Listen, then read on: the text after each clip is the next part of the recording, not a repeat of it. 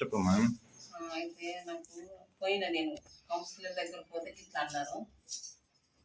అయితే అక్కడ ఆమె దగ్గర రుద్రశ్రీను భార్య దగ్గర సుజాత అక్క దగ్గరికి పోయినా. ఫస్ట్ పోగానే ఆమె ఏమన్నది, అట్లా అన్నయ్యకి చెప్పినాక ఇంట్లో కట్టుకుంటా అమ్మ, నాకు 2 రూములు కావాలని, అది లేని పరిస్థితి ఉందని కూడా ఏడ్చిన. అయితే నాకు డాక్యుమెంట్ గురించి నన్ను అడుగుతున్నాడు. నేను అన్న, నా డాక్యుమెంట్ నాకు లేదు, మా అయ్యవ స్థలంలో కట్టుకుంటున్నా, నేను 2 రూములు వేసుకుంటున్నా అన్నయ్య, నువ్వు ఎట్లన్నా దయచూడు అని అన్నా. అంటే డాక్యుమెంట్ లేదు నడది. ఎలక్షన్ల టైం మీద నేను ఆ కౌన్సిలర్ వాళ్ళే, మున్సిపల్ వాళ్ళే వస్తారు, నిన్ను చేస్తారు అని చెప్పిండ్రు. ఎలక్షన్లు అయిపోయినాక వస్తారు వాళ్ళు, ఎట్లా కడతావు అని అన్నారు. వాళ్ళ అక్కయ్యకి కూడా నేను చెప్పినట్టు, ఎవరు నీకు అక్క ఎవరిలో ఇట్లా బెదిరించింది నన్ను. నాకు ఆడికే పానం మీద అయిపోయింది. ఇంటికైనాక నేను ఒంటరి మహిళను, వీడి చేసుకొని బతకాలి. ఇప్పుడు నాకు ఉండటానికే నేను కట్టుకున్నా అంతే. పాత ఇల్లు ఉంటేనే కూలగొట్టి ఆ నోటీస్ ప్రకారమే నేను కట్టుకుంటున్నా. అది పాత ఇల్లే మొత్తం. దాంట్లో కూడా నేను అరుగు మీద ఉండి కూడా నేను ఎల్ల తీసిన. నా కష్టం అంతా ఎట్లా చేయాలో భగవంతుడు ఇప్పుడు 2 రూములు వేసుకోవడానికి నన్ను ఇంత టార్చర్ చేస్తున్నాడు. ఆయననే రుద్ర చీర చేస్తున్నాడు. ఇదంతా టార్చరు. నాకు దయచేసి కొంచెం న్యాయం చేసేటట్టు కూడా ఉంది. ఇక ఒక్కది కాదు, నాకు చేస్తాడు. నన్ను గోడ ఊలగొట్టిపోవుడు, నా పైపు ఎత్తుకపోవుడు. నేను బీడీలు వేసుకొని అప్పుడప్పుడు చేసుకునే దాన్ని. నేను ఓళ్ళు కూడా లేరు నాకు, వెనుక ముందు కూడా లేరు.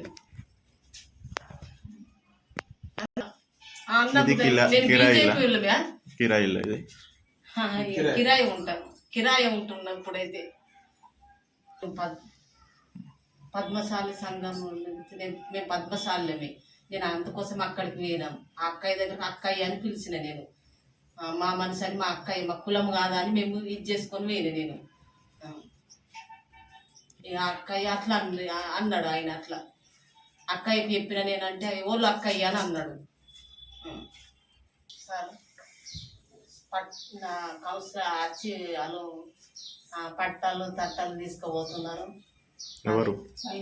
అదే మున్సిపల్ వాళ్ళు వచ్చి అన్ని చేస్తాను. మున్సిపల్ వచ్చి పట్టాలు దారాలు అన్ని తీసుకొని పోతున్నారు వాళ్ళు వచ్చి. మరి వాళ్ళు వస్తారు మున్సిపల్ వాళ్ళని కూడా చెప్పిండు. ఈయన చెప్తే వాళ్ళు వస్తున్నారు. అట్లా కూడా తీసుకుపోతున్నారు. కొట్టిండు. అలా అడిగితే కౌన్సిలర్ నువ్వు కలుపు అమ్మ, నువ్వు కలుసుకొని నువ్వు చేసుకో అని కూడా అన్నారు వాళ్ళు. పేరు చౌహాన్ భాగ్యశ్రీ. నేను 33 వార్డు నుంచి మాట్లాడుతున్నా. ఆ ఇల్లు 33 వార్డులో ఉన్నది. రుద్ర శ్రీనివాస్ అనే వ్యక్తి మిమ్మల్ని బాగా పరేషాన్ చేస్తున్నాడు. పైసల కోసం పైసలు ఇవ్వు, లేకుంటే ఇల్లు కూలగొడతా అంటున్నాడు, ధమ్కి ఇస్తున్నాడు, ఊకే ఇంటి దగ్గర వస్తున్నాడు.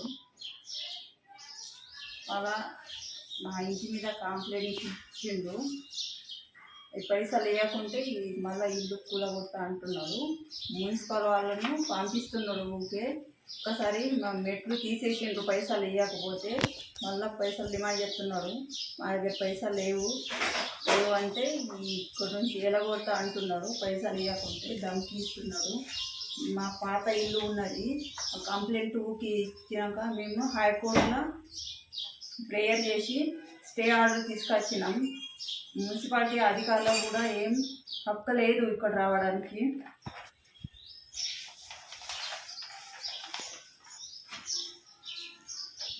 ఇది మా ఇంటి హైకోర్టులో స్టే ఆర్డర్ ఉన్నది. మున్సిపాలిటీ అధికారులు కూడా ఇక్కడ రావడం హక్కు లేదు, కానీ అది అధికారులు వస్తున్నారు. అలా ఏదైనా లింక్ డాక్యుమెంట్ అడుగుతున్నారు, అది కాగితాలు అడుగుతున్నారు, పర్మిషన్ ఉన్నదని అడుగుతున్నారు. మేము మున్సిపాలిటీలో ఇంతకుముందు 2 సార్లు ఇచ్చిన ఇది ఆర్డర్ వాళ్ళ దగ్గర ఉన్నది ఆల్రెడీ. ఇంటి డాక్యుమెంట్ ఉన్నాయి వాళ్ళ దగ్గర. కానీ రుద్రశ్రీను వ్యక్తి అక్కడ పోయి చెప్తాడు అధికారులకు.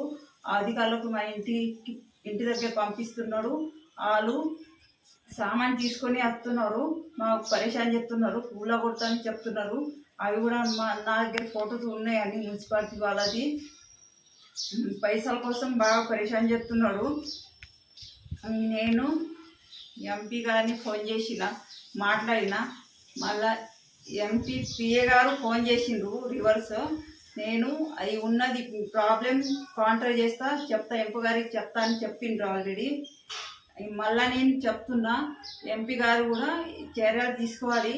నేను ఎంపీ గారికి చెప్పినా అని చెప్తే కూడా నేను రాజకీయ నాయకున్నా, నాకు ఎవరు ఏం చేయరు అంటున్నాడు.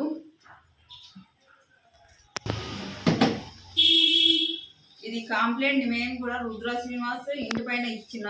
ఆయన ఇది ఇల్లీగల్ కన్స్ట్రక్షన్ ఉన్నది, బిల్డింగ్ ఉన్నది, బిల్డింగ్కి పర్మిషన్ లేదు, ఏం లేదు. అయినా కానీ మున్సిపాలిటీ అధికారులు ఆయన మీద ఏ చర్యలు తీసుకుంటలేరు. నేను పోయి అడిగిన మున్సిపాలిటీలో, మేము కూడా కంప్లైంట్ ఇచ్చిన, మరి మాకు కూడా ఆన్సర్ ఇవ్వండి అని చెప్పిన. నేను కంప్లైంట్ ఇచ్చి బాగా రోజులైంది కానీ మున్సిపాలిటీ అధికారులు మాకు ఆన్సర్ ఇవ్వలేరు. ఆయన పైన ఏదైనా చర్యలు తీసుకుంటలేరు. ఆయన భార్య కౌన్సిలర్ అయింది అప్పటి నుంచి మాకు బాగా పైసల కోసం పరేషాన్ చెప్తున్నాడు.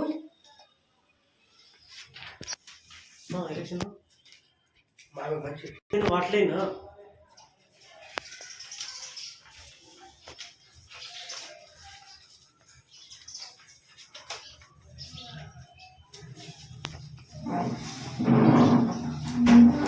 డబ్బులు లేవు, నేను డబ్బులు అంటే నేను ఎలక్షన్కి బాగా ఖర్చు పెట్టిన, రికవరీ చేస్తున్నా, నేను డబ్బులు తీసుకుంటా, డబ్బులు ఇవ్వకుంటే నేను కంపల్సరీ ఇల్లు కూలగొడతాని అంటున్నాను. ఏదైతే నిన్న రాత్రి మాపై తప్పుడు ఆరోపణలు, మున్సిపాల్లో కౌన్సిలర్గా ఉండి సుజాత గారు, శ్రీనివాస్ గారు మాపై మున్సిపల్ అధికారులతోటి ఒత్తిడి తెస్తున్నారు మా యొక్క నిర్మాణాలపై అని చెప్పినారు. డబ్బులు అడుగుతున్నారని చెప్పినారు. కానీ వారికి మున్సిపల్ పరాన ఎలాంటి పర్మిషన్లు లేకుండా ఒక బీజేపీ నాయకుడు, మాజీ బీజేపీ నాయకుడు అటు నిర్మాణాలకు ప్రోత్సహిస్తుండు. వారికి మున్సిపల్ వారు ఇచ్చిన నోటీసులను కూడా పత్రిక వాళ్లకు అందజేస్తున్నాను. మున్సిపల్ వాళ్ళు ఇచ్చిండ్రు, మీ మీద మేము చర్యలు తీసుకుంటామని చెప్పి, మరి ఆ చర్యలు తీసుకున్న నోటీస్ ఇచ్చినందుకు భాగంగా కావాలని ఆ నాయకుడు మాపై ఆరోపణలు చేయించినాడు. చేయించగానే మేము ఊరుకునేది లేదు. ఖచ్చితంగా వార్డు అభివృద్ధి కొరకు, గతంలో వార్డు చూస్తే ఎలాంటి అభివృద్ధి లేదు. సుజాత గారు వచ్చిన తర్వాత వార్డులో ఒక 6 నుంచి 7 వేల గజం ఇవాళ 20,000 రూపాయలు అయింది. ప్రతి సంధికి కూడా డెవలప్మెంట్ అయింది. మేము డెవలప్మెంట్ చేసినాం. మేము డెవలప్మెంట్ చేస్తే ఓర్వలేని నాయకులు ఇలాంటి తప్పుడు ఆరోపణలకు కొందరు ఉసగొల్పి మాపై 2-3 వీడియోలను తీసినారు. వారికి గట్టి సమాధానమే చెప్తాం. ఏదైతే మా మీద తప్పుడు వీడియోలు పెట్టిందో వారిపై శాఖపరంగా చర్యలు తీసుకోవడానికి, అదేవిధంగా పరువు నష్టం దావా కూడా విడిచిపెట్టేది లేదు. ఒక్కొక్కరి మీద 20 నుంచి 50 లక్షల పరువు నష్టం దావా కూడా వేస్తానని చెప్పి తెలియజేస్తున్నా. కాబట్టి ఏదైతే మున్సిపల్ అధికారులు కూడా తప్పుడు నిర్మాణాలకు సహకరించద్దు. మరి కలెక్టర్ గారు కూడా దీని మీద స్పందించాలా. స్థానికంగా ఉన్న కౌన్సిలర్ మొన్ననే తెలియజేయడం జరిగింది వాళ్ళ మున్సిపల్ కౌన్సిల్లో. నేను అవి ఏదైతే పట్టణంలోని అక్రమ నిర్మాణాలపై చర్యలు తీసుకోకపోతే ఆమరణ నిరాహార దీక్ష చేస్తారని, త్వరలోనే అది కూడా టైంతో సహా మేము కలెక్టర్ గారికి లెటర్ ఇస్తాం, ఎస్పీ గారికి లెటర్ ఇస్తాం.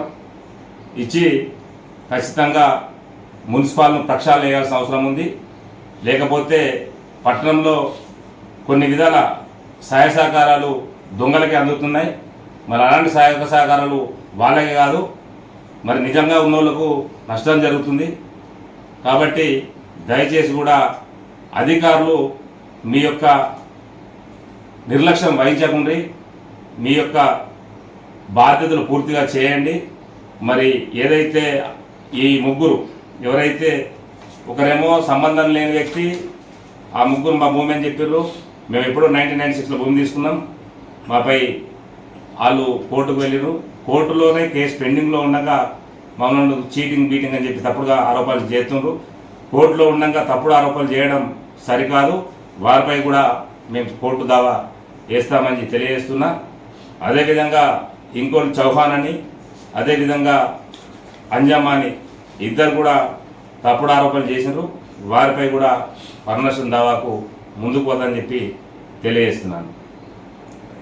పేరు రుద్ర సుజాత, 33 వార్డు కౌన్సిలర్ని. మా వార్డులో ఇద్దరు మా మీద ఆరోపణలు చేశారు. వీడియోలు విడుదల చేసి అందరికి వైరల్ చేస్తున్నారు. మేము డబ్బులు తీసుకున్నామని చెప్తున్నారు, డబ్బులు అడిగామని చెప్తున్నారు. మేము డబ్బులు అడిగినట్టు కానీ తీసుకున్నట్టు కానీ నిరూపణ చేస్తే దేనికైనా సిద్ధము. నేను రాజీనామా చేయడానికి కూడా సిద్ధంగా ఉన్నాను. మేము మున్సిపల్ మీటింగ్లో నేను కమిషనర్ గారికి లెటర్ ఇవ్వడం జరిగింది. దాని మీద స్పందన కూడా లేదు. మరి అధికారులు, కమిషనర్ గారు ఏం చేస్తున్నారో మరి వాళ్ళు ఇంతవరకు స్పందన లేదు. దామరనే నిరాహార దీక్ష చేస్తాను దీని మీద చర్యలు తీసుకోకపోతే. మీరు ఎప్పుడు ఇచ్చారు మరి ఈ లెటర్ అనేది మున్సిపల్ ఆఫీసర్కి? 15-20 డేస్ అవుతుంది. అప్పటి చర్యలు లేవు, చర్య లేదు, ఏది కూడా స్పందన లేదు అసలు వాళ్ళకు. మరి స్పందించకపోతే మీరు ఆమరణ నిరాహార దీక్ష చేసేందుకు కూడా సిద్ధంగా ఉన్నాను. అది రాజకీయ నాయకులు మాకు విరుద్ధంగా ఇట్లా ఆరోపణలు చేస్తున్నారు.